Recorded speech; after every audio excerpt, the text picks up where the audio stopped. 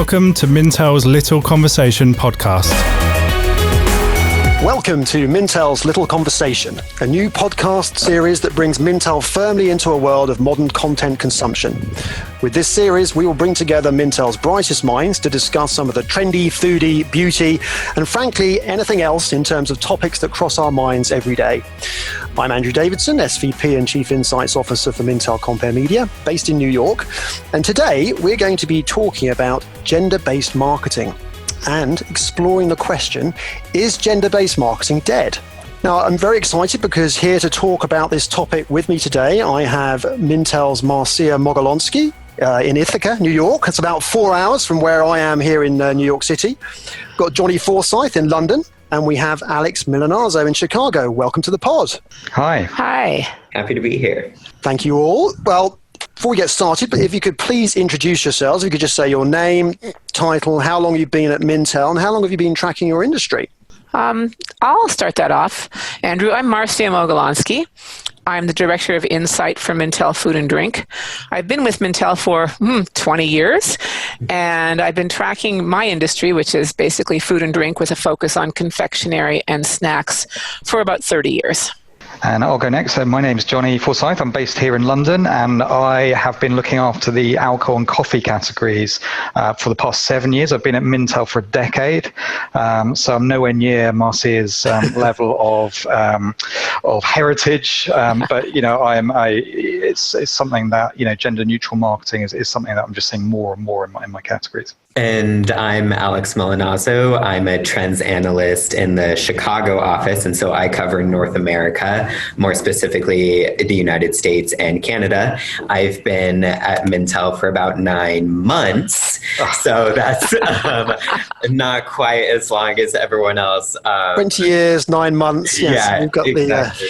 And so I am not sector specific. I just look at Mintel's 76 global consumer trends and how broader consumer behavior fits into those. And so I like to say that I've been monitoring that for all of my 23 years of life and bringing my experience into that. Don't give away your age. Well, I think we've got the ideal roster to talk about this topic. We've got some really deep experience and some interesting and some diverse perspectives to have a great little conversation. So to get started and to really sort of dig into this question, I read the other day that supermarket in the UK, Co-op, is introducing a gender-neutral gingerbread person, and I heard it's caused a bit of a stir back in my home country, back in the UK.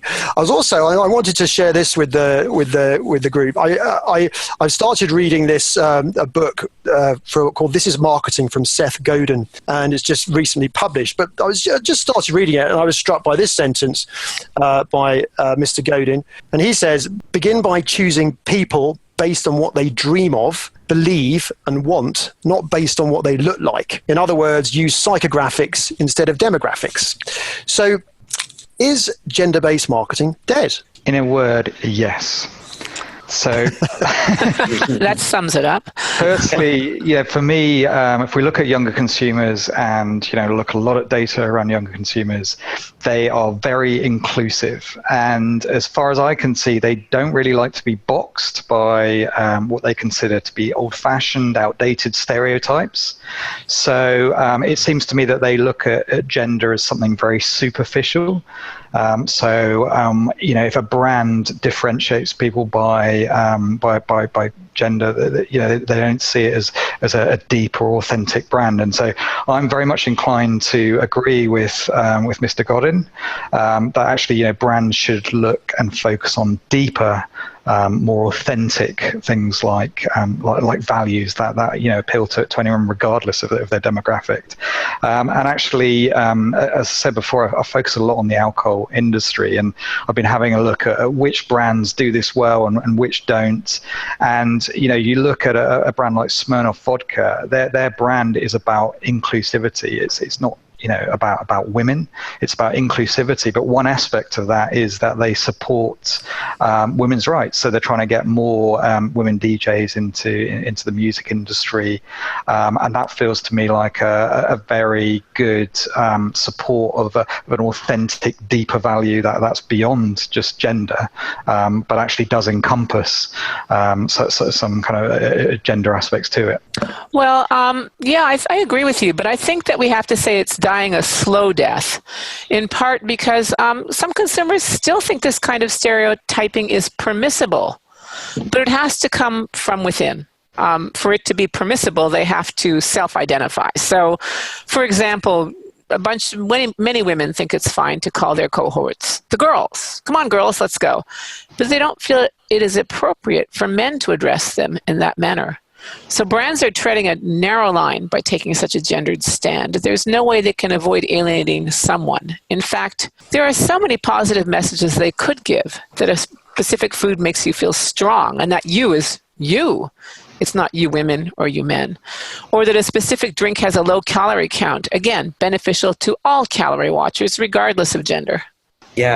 Yeah, I really agree with what both of you are saying. Jonny talking about consumers shopping more with their values, and Marcia leaning into kind of like that efficacy standpoint about a product. And I think that part is really where a lot of effective product marketing is going, especially when we look at very successful DTC brands. They're really focusing on why the product specifically is better than its competitors. And so consumers are really interested in what a product is and why it works and how it works, and not necessarily, like what Jonny was saying, more superficial aspects like gendered marketing. And unless they're explicitly tied to biological indicators, then the marketing isn't really landing. It's wasted spend, and worst case scenario, you're going to be turning people away from the brand.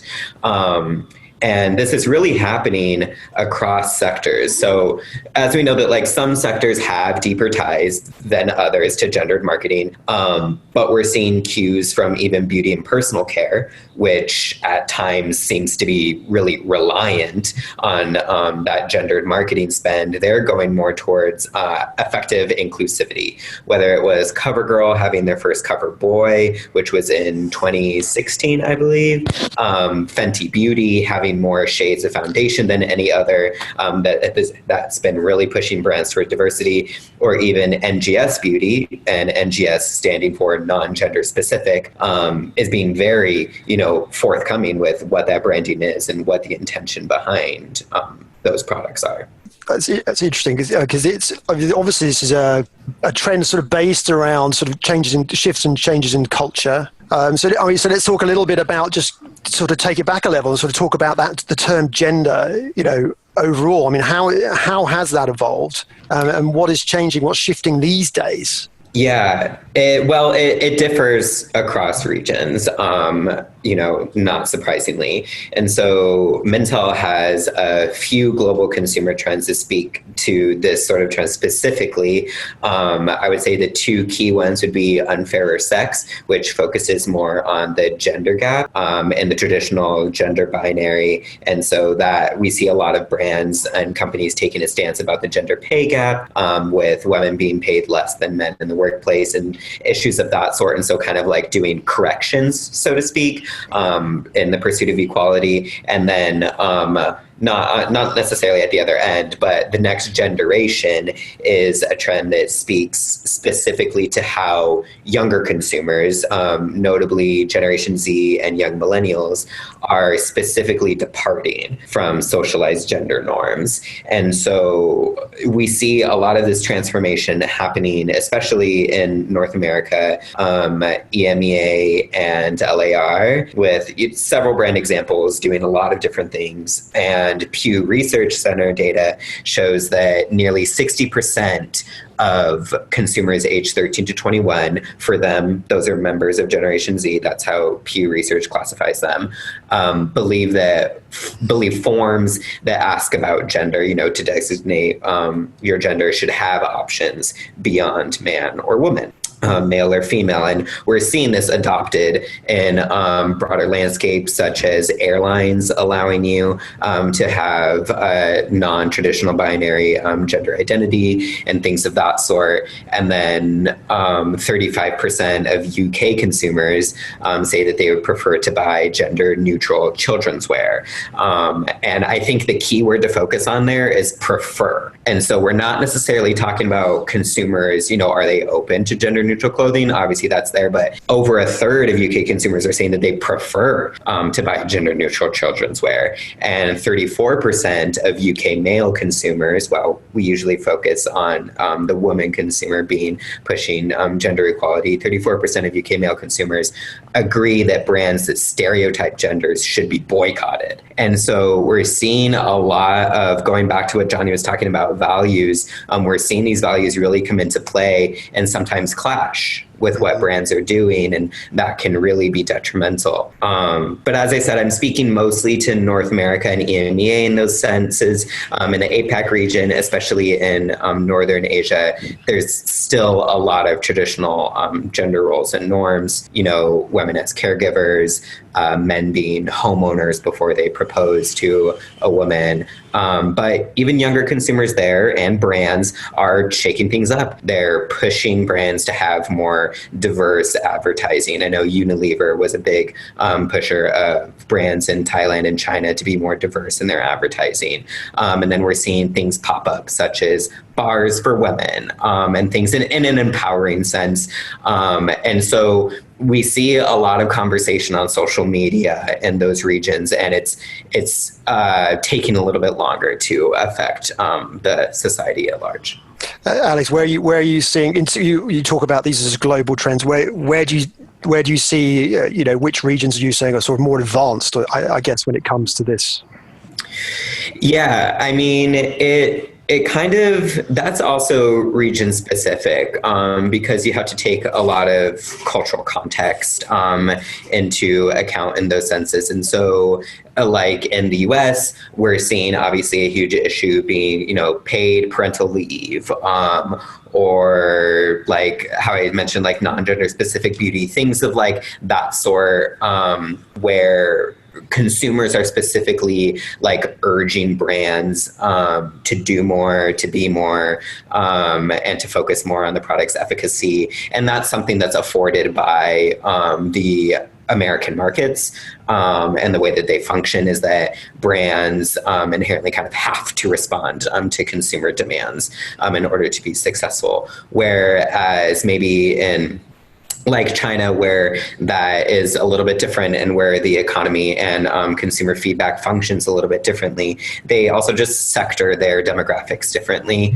Their economy specifically is in a growth phase, as we can see from, like the news. And so they're experiencing a lot of social and economic disruption, which is making their landscape look a little bit more different. So for example, in China, snacking on sweet stuff was generally seen as a more like feminine activity, so to speak, and those types of brands would market more towards women and femininity.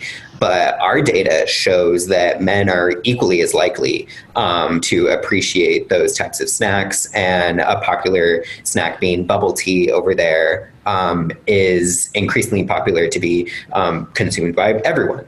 And so it's like little nuances like that that are signaling a cultural shift there, and probably what we're going to see later across sectors, as where I would say in EMEA and in North America, it's much more explicit. It's much more about, calling out a brand for what they're doing, demanded that they improve, demanding structural improvement, creating your own brand that does it a better way, that type of thing.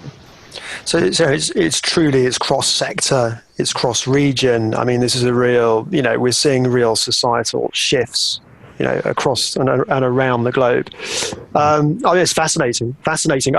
And Marcia, you recently wrote a really interesting piece on gender neutrality as it associated and relates to food. And I know that in that piece, you referred to Coca-Cola and held that their Super Bowl campaign up as something that was sort of on the cutting edge of this? Yeah, Coke has always been a brand for the people. I mean, you guys can't cast your mind back because you're not as old as I am, but I cast my mind back to when Coke was always, we'd like to teach the world to sing. It was always the world. It was everybody. They were always trying to be very inclusive. But Coke and Diet Coke seem to have a parting of the ways, in Diet Coke, because of its diet positioning, found a bigger audience with women, or it saw its position as reaching out to women who were always perpetually on a diet. In the 60s, all we did was diet. So they've rebranded Diet Coke as more gender neutral and diverse. That's what the company hands out say. They've launched new flavors, they launched new packaging, and it's picked up on this non-gender specific theme in its Super Bowl ad last year when it said there's a Coke for he and a Coke for she and for her and for me and for them. They wanted everyone to feel part of the brand again. A really good example of, I just don't understand why Coke would just go down that route of, alienating half or more than half of their audience. Because if we look at the moment, one of the big trends in alcohol is pink gin. Mm-hmm. And I'm sure if we look at the data, I'm sure that more women drink pink gin than men. But I also think a lot of men really like pink gin. So, if you were a brand and you launch your pink gin and you were only going after aggressively, that female population, that would seem like a real blind alley to me. And I think brands are wising up to that a bit more. There's always going to be gender differences in terms of specific products that and specific colors that maybe different genders like. But why kind of force that point? Yeah, I agree. I didn't mean to say that Coke had gone down that road. I think Coke drifted into that road because of the association of Diet Coke and women, since at least in the olden days, women were more likely to be a customer of Diet Coke than men were. So advertising tended to skew towards women, and now they've tried to bring it back into making it for everybody. Diet Coke is for everybody. Yeah, because for a while there, they really doubled down on the whole female thing, didn't they? They had the famous Diet Coke break where all the women would kind of meet up to ogle an attractive male. So yeah, so at some point they've kind of realized and kind of corrected the ship. Well, the other thing they did was they introduced new flavors, and to market the new flavors, they arranged the packaging in new colors. So it's not just the iconic red label we're used to seeing, or the white label with red type. The now taller, skinnier, more slender bottles, cans, I should say, come in 4 or 5 different flavors, and the colors that they come in form a rainbow when you line them all up, which is a nod to non-gender specific and in fact much more inclusive marketing. By arranging the colors of the new products in a rainbow, that is a tip of the hat to the fact that some people might not be specifically male or specifically female, but see themselves on a horizon that's much different. Did it work? Do we think the campaign worked? I think the Super Bowl ad was successful. I don't have any numbers on how successful the campaign has been. I don't know if you do, Jonny. I don't follow soft drinks that much, but I haven't seen anything besides the ad, which got a lot of play, a lot of airtime. A lot of positive press. Yeah. So what do you guys say to those who who might see Celine Dion launching a brand of gender neutral clothing, or hear about the gender neutral gingerbread person and just think, well, this is political correctness has gone too far. This is all reached an extreme. What do you say to that? Or how do you counter that? Well, I don't think it's politics, honestly. I don't think political correctness is the way to look at it. I think this is everyone who didn't have a voice before is getting a chance to say what's on their minds. And whether that means you're a female who's tired of having products marketed directly to you that don't appeal to you, you're tired of seeing that you have to be skinny to be successful, or if it's a male who's tired of seeing he has to have perfect pecs to be successful, or if you're neither male nor female and you get very tired of where am I in this whole horizon? It's time to change. Mm-hmm. I would agree. It's really, social media has afforded a lot of things in that sense, and our global consumer trends, serving the underserved, which talks about, like how Marcia was talking about, giving people a more amplified voice than they may have had before, and on display, which speaks more to when consumers, are calling out brands for what they're doing. I would say it's less, like Marcia was saying, less about politics and more about agency. Consumers just have the ability now to, express what they want in multiple different forums, and really see the fruits of that labor, so to speak. So are you sort of saying that the media landscape is a big driver of this? Yeah, I think it has empowered people to really express how they feel, in one sense, because it's easier. It's really easy to tweet something or post on Facebook, but it's also a lot easier to organize. Social media breaks a lot of physical, like geographic barriers, and so people can really organize into a group behind something. There's been an interesting reaction actually to there was an interesting reaction to the whole Gillette Men Can Do Better campaign. And you had, I don't know how many American listeners know who Piers Morgan is, actually quite a lot. He used to work there, didn't he? But yes. Piers Morgan tweeted on CNN for a bit. Yeah. Unfortunately, he's come back. But Piers Morgan tweeted, I've been a Gillette consumer all my life, and this is PC rubbish, and I'm really questioning whether I want to be a consumer anymore. But I think for a brand, he's not the kind of target audience that you want. The brands are primarily looking at the new younger generation, so there are kind of an element of older, probably white males who maybe do see this as PC, but I think the majority of the younger generation don't. Yeah. I agree. I think that, and I think it's a surprise. I would bet, judging as an older person, who speaks to older white males, I would bet that the number of older white males who are actually finding this to be PC nonsense is a lot smaller than you think. I think that a lot of people are just tired of being told. I mean, it's, if you think back, there used to be products like Hungry Man, and we used to know that real men don't eat quiche and all those sort of things. Yes. Real men do eat quiche, and they wear pink, and they do whatever they want. And quiche is a fantastic and underrated meal. I think that they're. I think that regardless of your age, your race. I think that a lot of people are just tired of being told that because they're X, they are supposed to think Y. And it's not just women either. There's been a lot of data in the UK market for advertising about men being fed up of being positioned as these hapless characters in adverts. So I think you mean they're not? Okay. So I think, although I think women have definitely got the worst of the gender marketing, it's a wider issue. I think people don't like being put into boxes that really bear no relation to their everyday lives, and just seem very tired and very inauthentic. Yeah. And they have to keep justifying, which must be exhausting. I know it's exhausting for women to keep justifying. It must be exhausting for men as well. I'm thinking of the whole move towards veganism and how real men, they might eat quiche, but they're not supposed to be vegan. And there's a lot of effort being made to prove that you can still be quote unquote manly and be vegan and be healthy and take care of yourself, which is what you really want to do. And I'm thinking of things like the Thug Cookbook. I don't know if you've seen it.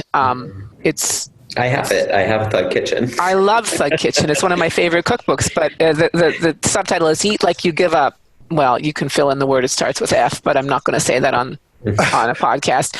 And it's written with all the dirty words you would love to use that grown-ups like me don't use.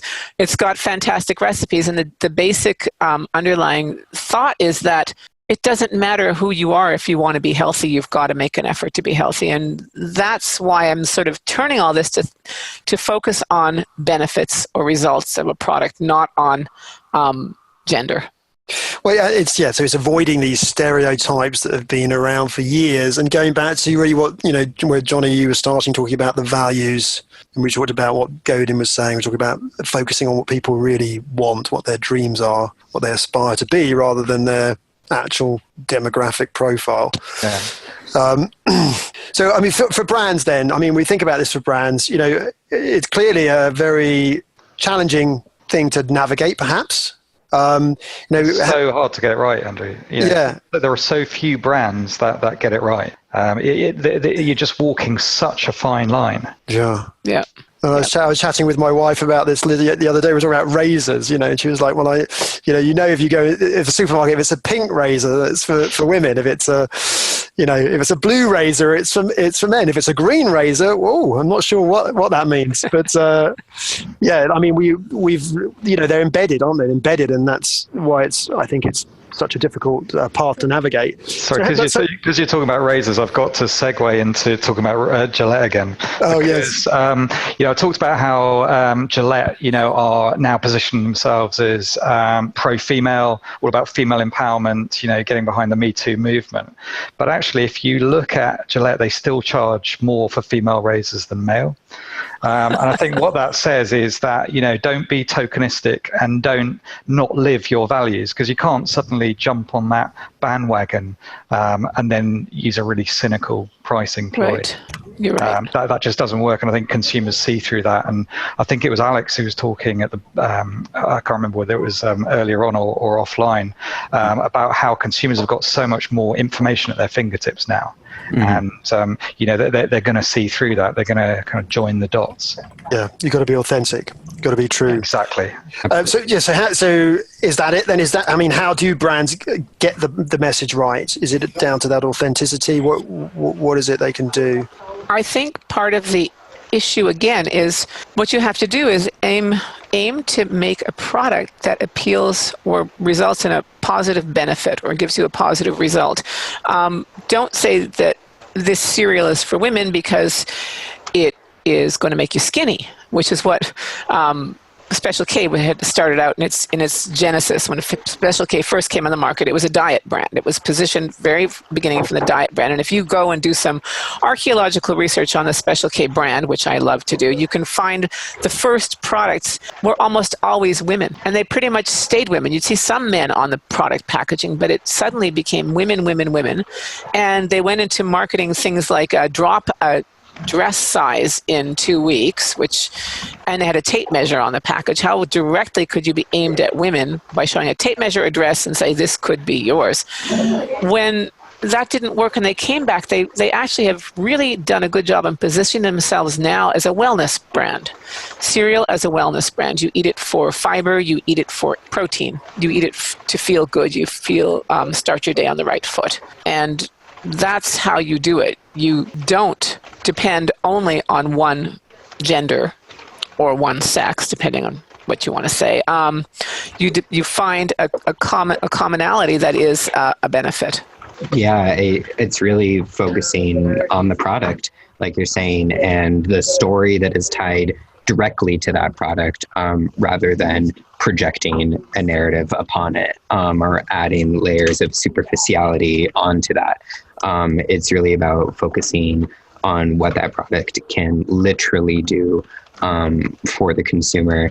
And unless the brand or the sector itself has something that the brand needs to say, such as Gillette's A Better Man campaign, with it being involved in a product category that has a lot of those traditional gender stereotypes associated with it.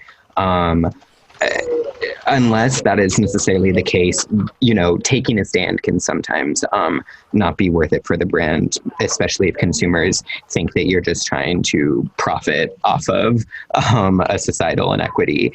And so in this sense, I always say that being smart is not a risk.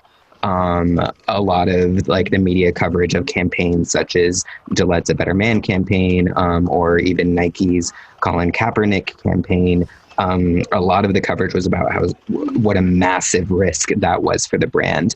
And while in a sense, really any marketing has a level of risk to it, those brands are smart. They know what they're doing. They know who they're targeting, and looking at the payoff from that, money talks. consumers that were being targeted by those campaigns responded very positively to them. Yeah, to me, a really good example of how risky it is to go down this gender route, and why I think that gender neutral marketing or gender marketing is dead, is that Johnny Walker recently did a limited edition launch called Jane Walker. Now, this was really, I think it was quite a sincere attempt to get behind the female empowerment cause. It was done on Women's International Women's Day. It was, it turned the iconic man on the bottle into a woman. It obviously changed the name. It was really a quite sincere attempt, which backfired. It came across as pretentious. Sorry, not pretentious. It came across as patronising. Again, I think that's why you've just got to be so careful about going into this space if you're a brand, because there's just so many ways you could get the tone wrong.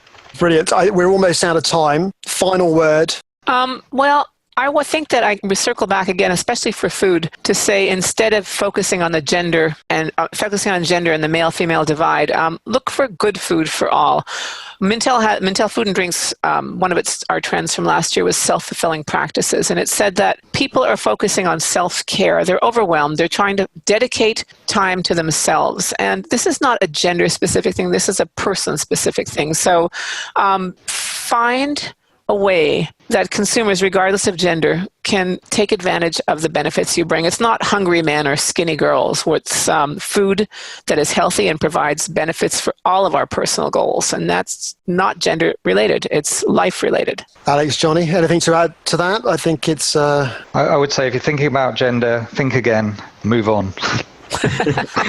And I just always say let the consumer speak to themselves. If it's not always best to maybe trust your instinct of, oh, this is how it's always worked in the industry. Really look at, and we have a lot of data on this, but really look at what consumers are saying and what they're wanting. And if for example, millennial consumers are saying that brands don't know how to talk to them, well, then there's truth to that. Then brands don't know how to talk to them, and so something has to change. Excellent. On that note, I'd like to thank everybody for listening. I'd like to say a special thank you to Marcia Mogelnosky, Jonny Forsyth, and Alex Millinazzo. Thank you, guys. Thank you, as I say, to listening, and hope to see you on a little conversation next time around. Thank you. Thanks, Andrew. Thanks. Thank you.